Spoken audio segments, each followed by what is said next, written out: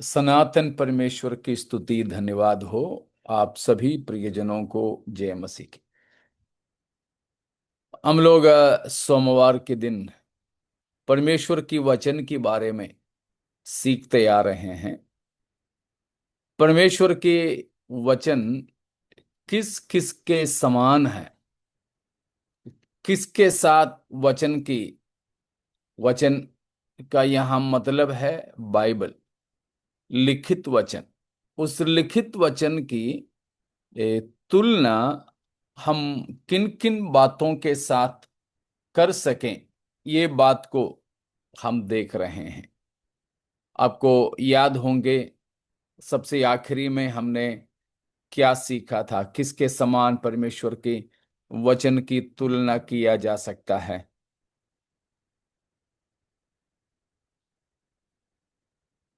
याद है किसी को? हा, पश्चाताप, मन फिरावत आणि जीव आत्मा शरीर छेदून जाते असं. सांधे मज्जा वचन प्रभू के वचन धारदार आहे. हाँ, सारी मतलब तलवारीपेक्षा हाँ, प्रभूचे वचन धारदार आहे. हाँ, दो धारी तलवार से दुधारी, भी हा, अधिक। दुधारी. हाँ हाँ हाँ हाँ, बिल्कुल बिल्कुल आई। तो जीव हर एक आत्मा शरीर दोधारी तलवार से भी तेजवान है। वो धारदार हमारे, है. हाँ, धार हड्डी मज्जा इन सबको अलग अलग करने हा. तक सांधे हमारे। सांधे मज्जा छेदून. जी जी जी जी, बिल्कुल बिल्कुल, बढ़िया, हालेलुया। मन फिरावा, पश्चाताप होना चाहिए. हाँ जी जी, तो बिल्कुल। तो हम पिछले दिनों में इन बातों को मनन कर रहे थे कि प्रभु के वचन हर एक दोधारी तलवार से भी अधिक चौका है। तो वो वचन तलवार की तौर पर पापी के साथ भी, पवित्र जन के साथ भी, शैतान के साथ भी काम करता है। हम उस बात को देखा, हम वही मनन कर रहे थे।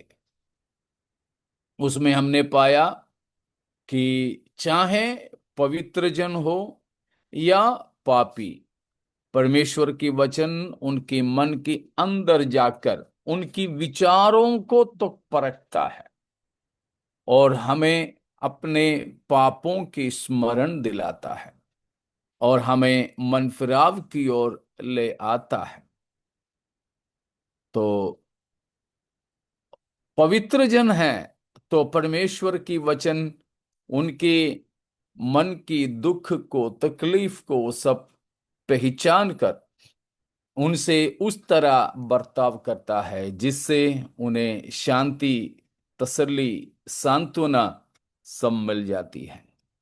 पापी को ये वचन मनफिराव की ओर ले आता है और हम इफिसियों 6 का 19वां पद में या 17 से लेकर के पदों में समझ सकते हैं कि शैतान से लड़ने में परमेश्वर की वचन और दोधारी तलवार की तरह कार्य करता है और शैतान पर हमला बोलने के लिए, शैतान पर वार करने के लिए परमेश्वर की वचन हमें मदद करता है। प्रभु यीशु मसीह के पास भी शैतान जब अजमाइश के लिए, यीशु मसीह की परीक्षा लेने के लिए आया था, तो शैतान पर प्रभु ने वचन के द्वारा जय पाया था। तो हमें वचन के द्वारा शैतान पर जय पाने के लिए प्रभु अनुग्रह देता है। उन बातों को हम मनन कर रहे थे। अब हम देखेंगे कि परमेश्वर की वचन किसके समान है। परमेश्वर की वचन बहुमूल्य धातुओं के समान है। परमेश्वर की वचन बहुमूल्य धातुओं के समान है। प्रभु का वचन, the written word of God, it is like precious stones, precious metals, precious metals. कुछ बहुमूल्य धातु, जैसे कि आ, दो चीजों के साथ में उस वह तुलना किया गया थे। हमें मालूम है, पढ़ेंगे भजन संहिता 19 का 10 को। भजन 19 का 10।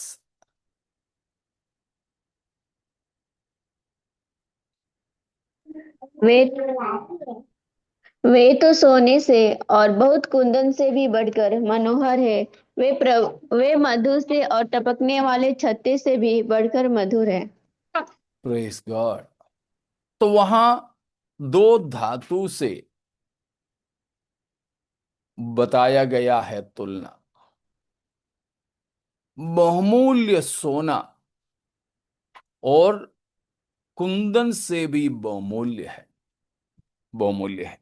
वैसे ही 119 की 127 भी, भजन 119 की 127वां वचन।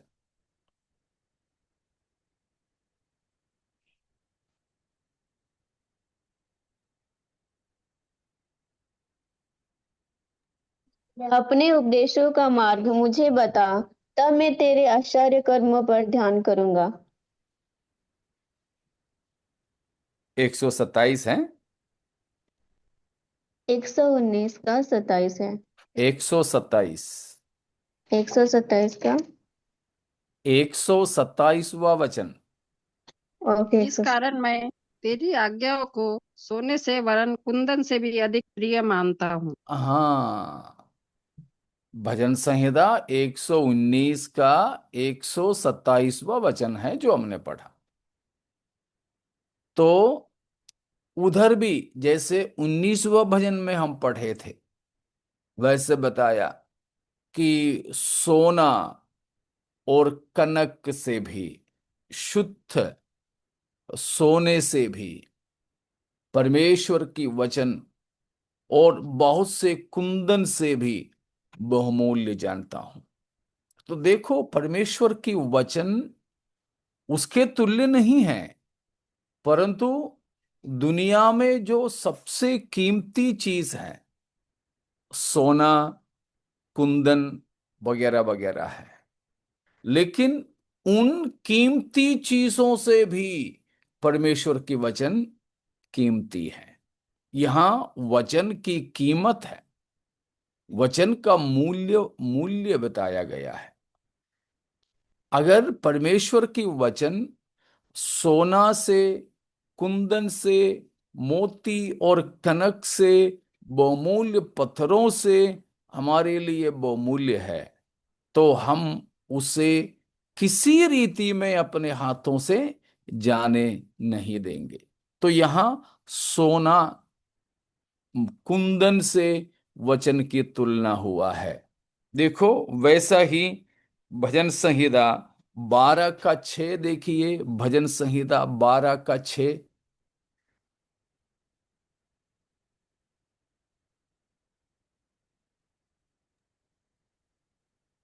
यहोवा का वचन पवित्र है, उस चांदी के समान जो भट्टी में मिट्टी पर ताई गई और 7 बार निर्मल की गई हो।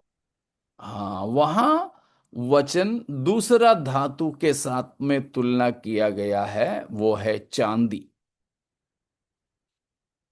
तो यहां हम अभी देख रहे हैं लिखित वचन, परमेश्वर की वचन दो प्रकार के धातुओं के साथ, मेटल्स के साथ तुलना किया गया है। उसमें पहला है सोना। और सोना सबसे बहुमूल्य धातु है। सोना सबसे बहुमूल्य धातु है। तो हमारे पास में जो रुपया है, हम लोग शायद सोचते होंगे, मैं सोचता था, आप लोगों का नहीं मालूम, मैं सोचता था कि ये सरकार बहुत सारे और भी रुपया छाप करके लोगों को देना चाहिए था। उनको छापने में कितना पैसा लगता है, चाहे तो छापने का खर्चा हम लोग उठा लेते, और करोड़ों के रुपया छाप करके, 500 500 के, 200 200 के नोट छाप करके लोगों में बांट लेते। ये थोड़ा थोड़ा सा क्यों छापते हैं? मुझे मालूम नहीं था उस समय, लेकिन अब मालूम है। सरकार उतना रुपया छापते हैं जितना रुपया के सोना उनकी खजाने में रहता है। तब उनकी खजाने में या उनकी आ, जो है कमरे में, या उनके उनकी कब्जे में, सरकार की कब्जे में जितनी सोना आता है उस सोने की कीमत के अनुसार ही छाप सकते। तो सोने से मूल्य, कीमत नापा जाता है, कीमत नापा जाता है। ठीक वैसे ही है कि परमेश्वर की वचन बेशकीमती है। और चांदी के साथ तुलना किया है। चांदी के साथ तुलना वचन की किया तो किस बात की तुलना हुआ है, आप बोल सकते हो? आपने पढ़ा 12 का 6 में भजन संहिता में। भट्टी में मिट्टी पर ताई गई। मतलब उसकी शुद्धता, उसकी खराई, भट्टी में मिट्टी में ताई गई। वो भी बोला है कि 7 बार ताई गई चांदी से भी। परमेश्वर के वचन पवित्र है, उसमें कोई खोट या कोई गलत बात नहीं है। इसलिए हम कहते हैं inerrancy of the word of God. परमेश्वर की वचन बिल्कुल कभी भी गलत नहीं हो सकता है। परमेश्वर की वचन उतना पवित्र है, पवित्र वचन। इसीलिए हमारे बाइबल के ऊपर लिखा पवित्र शास्त्र। पहले किसी ने गलती से छापा था धर्मशास्त्र। ये धर्मशास्त्र नहीं है, बाइबल धर्मशास्त्र नहीं है, पवित्र शास्त्र है। तो परमेश्वर की वचन ये दोनों के समान है। सोना, कुंदन जैसे बहुमूल्य चीजें, और चांदी जैसे शुद्ध चीजें। सोना के अंदर भी कुछ कुछ चीजें मिला लेते हैं, सोने में भी कोई चीजें मिला लेते हैं, जैसे तांबा। मेरी जानकारी में केरल में मिलने वाला सोना बाकी जगहों की सोने से भी और चमकदार है, बहुत ज्यादा रंगीन दिखता है। उत्तर भारत के और विदेशों के सोना उतना रंगीन नहीं दिखता है, देखने में सुंदर केरल वाला सोना है। तो उसके बारे में मेरी जानकारी यह है कि उसमें ये कॉपर, कॉपर के लिए तांबा ही शायद बोलते होंगे ना। तांबा। हाँ अंकल, तांबा। तांबा, हाँ, तांबा मिला लेते हैं। तो तांबा सोने के साथ कोई उनका एक अनुपात है कि इतना ग्राम के लिए इतना ग्राम, ऐसे कुछ। तो वो बहुत ज्यादा रंगीन और चमकदार बनते हैं। तो सोने के अंदर कुछ और मिलावट हो सकता है, लेकिन चांदी में नहीं। शुद्धता चांदी से या पवित्रता चांदी से नापा जाता है। तो परमेश्वर की वचन ये दोनों भी है, बेशकीमती भी है और एकदम पवित्र भी है, शुद्ध भी है। Praise God. तो मैं आपसे पूछूं कि वचन हमारे लिए उतना कीमती है, तो क्या सोना, चांदी, कुंदन, मोती जैसे हम वचन से बर्ताव करते हैं, हमारे पास में थोड़ा सा भी अगर सोना या चांदी है तो हम कैसे संभालते हैं उसको, कितना सुरक्षा देते हैं, ध्यान देते हैं। हम घर पे हैं तो ऐसे वैसे जगह पे नहीं रखेंगे, हम कहीं तिजोरी में रखकर ताला लगा लेते हैं। अगर सोना चांदी के साथ हम यात्रा करेंगे तो बिल्कुल ध्यानपूर्वक हम उसको ले जाएंगे, ऐसे कहीं पर भी नहीं रखेंगे कुछ। सोना रखी हुई कोई बैग हमारे पास में है तो हम, मानो बस में ट्रेन में सफर कर रहे हैं तो सीट पे ऐसे ही नहीं छोड़ेंगे, सोते समय भी उसको बिल्कुल अपने शरीर के साथ रखते रहेंगे, कमर में बांध के रखेंगे। तो उतना बहुमूल्य है सोना चांदी, तो वचन उससे भी बहुमूल्य है। तो क्या हम उतना मूल्य परमेश्वर की वचन को देते हैं? Press God. तो परमेश्वर की वचन तो ये प्रेशियस, कीमती, बेशकीमती है। उसको उतना कीमत हम दे परमेश्वर के वचन को, उसको आलतू फालतू इस्तेमाल ना करें। हमें वचन उतना मूल्यवान समझना जरूरी है, मूल्यवान समझना जरूरी है। तो इसमें मैं कुछ और बात ये बताऊं कि कुछ लोग हैं प्रार्थना के लिए, चर्च में भी मीटिंग के लिए कुर्सी पे बैठते हैं। ठीक है, आपसे नहीं हो सकता नीचे बैठना तो कुर्सी पे बैठिए, उसमें कोई पाप या गलती नहीं। लेकिन वे लोग बाइबल कहाँ रखते हैं? पांव के पास, नीचे। मैंने बहुत लोगों को देखा, ऐसा ना हो। प्रभु की वचन को आप कुर्सी पे बैठ के आपके पांव के पास नीचे मत रखिए, उसको और कहीं नहीं तो अपनी गोदी में रखिए, और कोई जगह नहीं है तो आप गोदी में रखिए। और एक चीज मैंने देखा यह है कि परमेश्वर की वचन बाइबल नीचे रखा है, हमको अगर जाना है कि बाइबल के ऊपर से पांव रख के चले जाते हैं। बाइबल पर पांव नहीं रखा, लेकिन बाइबल की ऊपर से पांव रख के चले जाते हैं। ऐसा भी ना हो।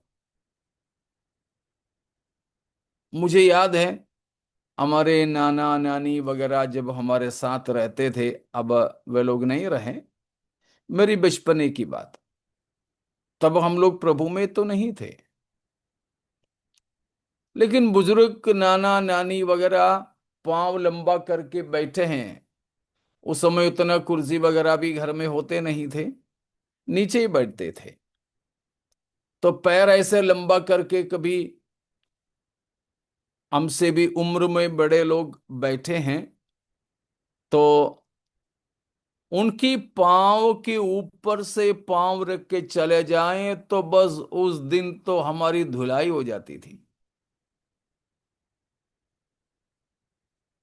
क्यों?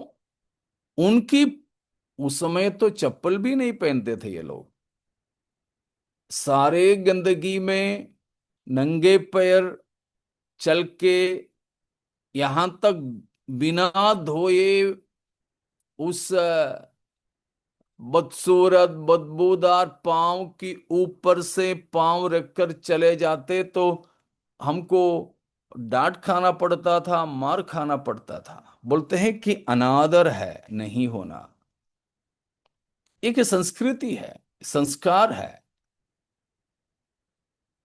तो हमारे कलीसियाओं में देखो, बाइबल के ऊपर से पांव रख के चले जाते, तो मैं सोचता हूं हमारे गोबर में, कीचड़ में सब चल करके, खेत में काम करके, बिना धोए रखे मेरा नाना नानी की पांव की उतना भी कीमत हम प्रभु की वचन को नहीं दे रहे हैं। अगर ऐसे कोई करने वाले हैं तो अब मत करना। और एक तीसरी बात यह है, कई बार हम पास्टर लोग ये करते हैं कि हमारे पास में अक्सर रहता है हैंडकरचीफ, रोमाल, और हम लोग प्रचार वगैरह करते हैं तो पसीना आता है, पसीना सब धोते हैं, नाक साफ करते हैं, आंख साफ करते हैं, हाथ साफ करते हैं। ये गंदी चीज है। अक्सर ये होता है कि ये रूमाल खुद ही छोड़ करके और कोई उठाते नहीं है। अक्सर किसी का रूमाल पड़ा है तो बोलेंगे भाई साहब आपका रूमाल है क्या, उठा लो। नहीं तो किसी वजह से हमें उठाना पड़ा तो ऐसे थोड़ी उठाते हैं, ऐसे करके उठा के देते हैं। क्योंकि सबसे ज्यादा गंदा है ये जो मुंह पूछने वाला रूमाल, हैंकरचीफ। हाथ, मुंह, नाक, इन सब का गंदगी, कीटाणु उसमें रहता है। वैसे तो बड़ा संभाल के रखते हैं, मगर सबसे गंदा ये चीज है। हमारी मोजा, सोक्स से भी गंदा है ये। लेकिन क्या करते हैं पास्टर लोग और कई विश्वासी लोग भी, तो ये सब पोंछ करके ये तो बाइबल के ऊपर रख देते हैं। कुछ लोग बुकमार्क के तौर पर बाइबल के अंदर भी यही रखते हैं। अभी मान लीजिए भजन संहिता 119 हमने पढ़ा, और वहां से दूसरे में जा रहे हैं तो 119 की वहां पर ये रूमाल रखते हैं। प्यारो, हमारे ये गंदी चीज रखने की जगह नहीं है बाइबल। ऐसे भी मत करना। बाइबल के ऊपर भी रूमाल जैसे चीजें मत रखिए, बाइबल के अंदर भी मत रखिए। हाँ, ये आपने इस्तेमाल नहीं किया तो रख सकते हैं। आप धोया है, धोकर प्रेस वगैरह करके इस्तेमाल नहीं हुआ, ताजा ताजा है तो रखो, कोई दिक्कत नहीं, अच्छा कपड़ा है। लेकिन इस्तेमाल किया हुआ रूमाल बाइबल पर भी, बाइबल के अंदर भी ना रखें। और एक गंदे काम हम लोग जो करते हैं वो है, अक्सर जो बाइबल पलटने के लिए पन्ने एक एक नहीं निकलते हैं तो हम थूक से पलट लेते हैं। मत कीजिए, ठीक है ना। थूक से मत पलटना। थोड़ा सा धीरे ही खुल जाए बाइबल चलेगा, मगर इससे नहीं। कुछ लोग थूक से और कुछ लोग पसीना से, ताकि थोड़ा गीलापन रहने से पन्ने जल्दी पलटते हैं, मत कीजिएगा।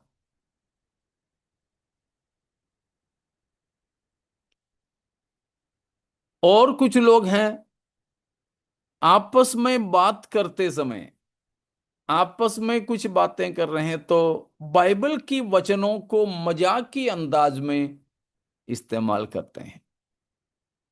बाइबल की वचनों को मजाक की अंदाज में इस्तेमाल करते नहीं करें। तो परमेश्वर की वचन बेशकीमती है, बहुमूल्य है। उसका मूल्य कितना है हम नहीं बता सकते। हाँ, जरूर हमारे लिए शायद पूरा बाइबल 100 रुपया में, 150 रुपया में मिल जाता है। कभी कभी हमें फ्री में भी मिल जाता है। लेकिन आपको मालूम है हमारे बाइबल कितना मोटा, कितने सारे पन्ने हैं, लेकिन उसकी एक चौथाई भी नहीं है हमारी बच्चे स्कूल में पढ़ने वाले किताब। छोटा सा एक किताब, हमारे नातिन पोतिन के नर्सरी के किताब, KG1 का किताब भी कितना कीमत में मिलता है। एक 200 पन्ने का कॉपी लेने से भी सस्ते में हमें बाइबल उपलब्ध हो रहा है। उसका मतलब ये नहीं कि इसका कोई कीमत नहीं हो, लेकिन बाइबल सोसाइटी और कहीं से पैसा इकट्ठा करते हैं बाइबल छापने के लिए, और हमें सब्सिडाइज्ड प्राइस में, बहुत ही मुफ्त की कीमत में हमें ये उपलब्ध कराता है। जैसे आपको मालूम है, कोरोना के समय में कोरोना की वैक्सीनेशन होता था, टीकाकरण, आप लोगों ने भी लिए होंगे। अगर प्राइवेट में आप गए तो 7,500 रुपया, 10,000 रुपया वगैरह वगैरह कीमत देकर लगवाना पड़ता था, लेकिन सरकार ने वो हमें मुफ्त में दे दिया। या शायद कहीं कहीं थोड़ा लिखा पढ़ी के लिए 150 रुपया ले भी लिया हो। अगर 150 भी ले लिया तो भी उतने में हमें वो टीका मिलता नहीं। अभी हमारे बच्चों को सरकारी अस्पतालों में टीकाकरण फ्री है, मुफ्त में है, पोलियो का ये वो सब। लेकिन प्राइवेट में जाओ तो आपको हजारों रुपया भरना पड़ता है। क्यों? सरकारी अस्पताल में हमें फ्री में मिलता है इसलिए कि सरकार ने और कहीं से उसके लिए उसकी खर्चा मंगवाया है ताकि हमको वो फ्री में दे दे। वैसे ही है बाइबल सोसाइटी। बाइबल छापने का पूरा कीमत और कहीं से वे लोग लेते हैं, हमारे कलीसियाओं से भी ऑफरिंग लेते हैं वे। ऐसे करके बहुत कम कीमत में हमें दे रहे हैं। मतलब ये नहीं कि उसकी कोई कीमत नहीं हो, बेशकीमती हैं। प्रभु की वचन का कीमत आप नहीं लगा सकते। सोना की लगा सकते हैं, कुंदन के लगा सकते हैं, मोती और कनक के, रत्नों के आप कीमत लगा सकते हैं, लेकिन प्रभु की वचन का नहीं। और चांदी मिट्टी में भट्टी के अंदर 7 बार ताए हैं, पिघला पिघला करके उसके अंदर की सारी गंदगी को दूर हटाते हैं, वो शुद्ध किया जाता है। वैसे खुदा की कलाम के अंदर, परमेश्वर की वचन के अंदर कोई खोट, कमी, गंदगी, गलती नहीं है। उतना प्यारा प्यारा, न्यारा और शुद्ध है। उतना कीमत के साथ हमें परमेश्वर के वचन को ग्रहण करना है। और जैसे बाइबल हमको एक मुफ्त कीमत में उपलब्ध कराया, वैसा ही है हमारे लिए उद्धार। परमेश्वर की वचन बेशकीमती है, वैसे हमें प्रभु ने दिया हुआ नजात, उद्धार भी बेशकीमती है, लेकिन हमें मुफ्त में मिला है। जैसे रोमियो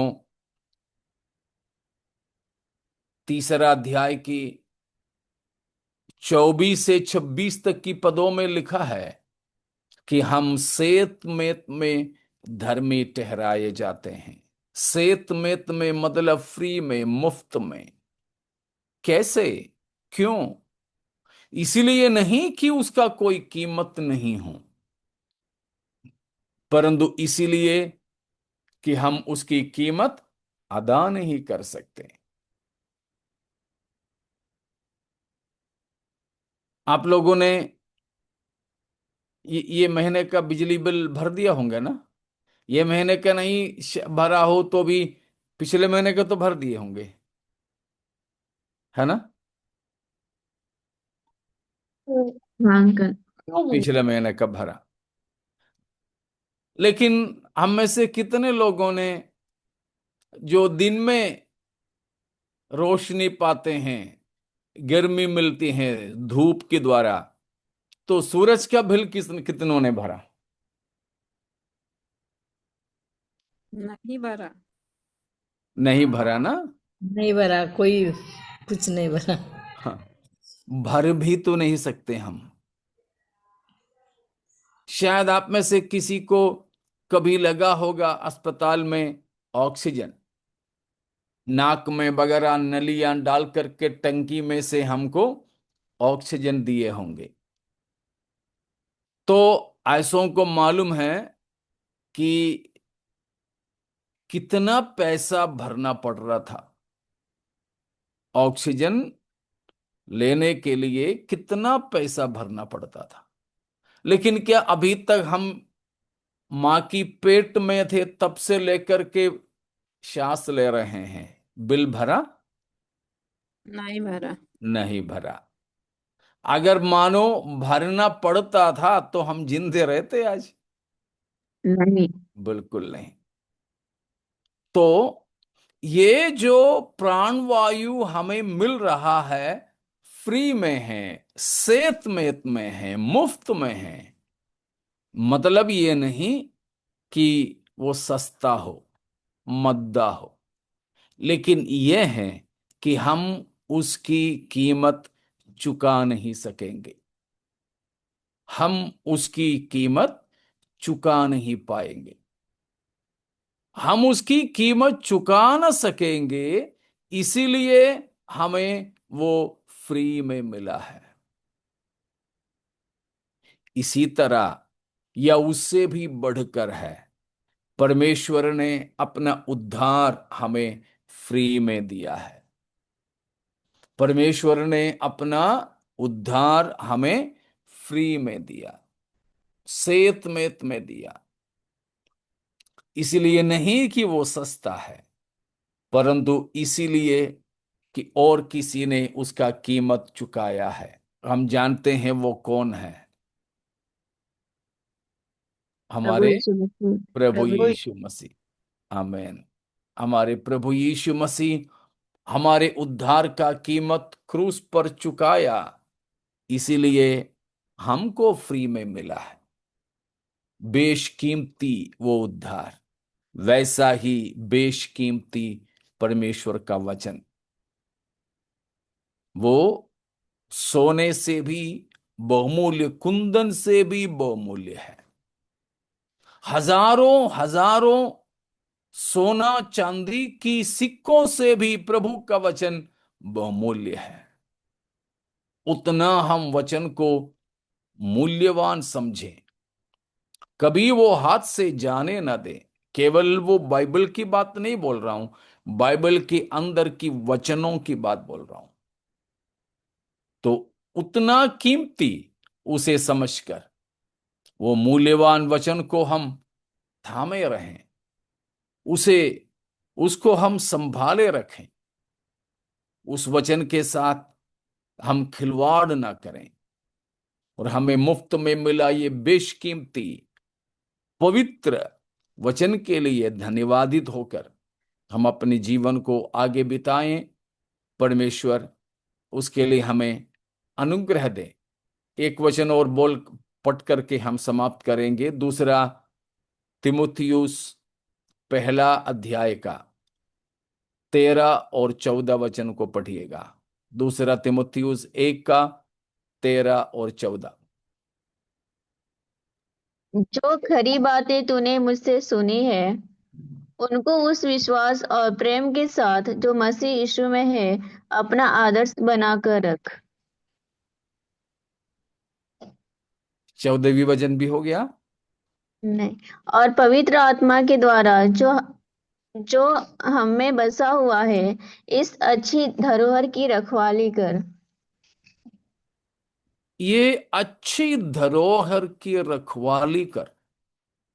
क्या है वो अच्छी धरोहर? 13वां वचन में बोला, जो खरी बातें तूने मुझसे सुनी।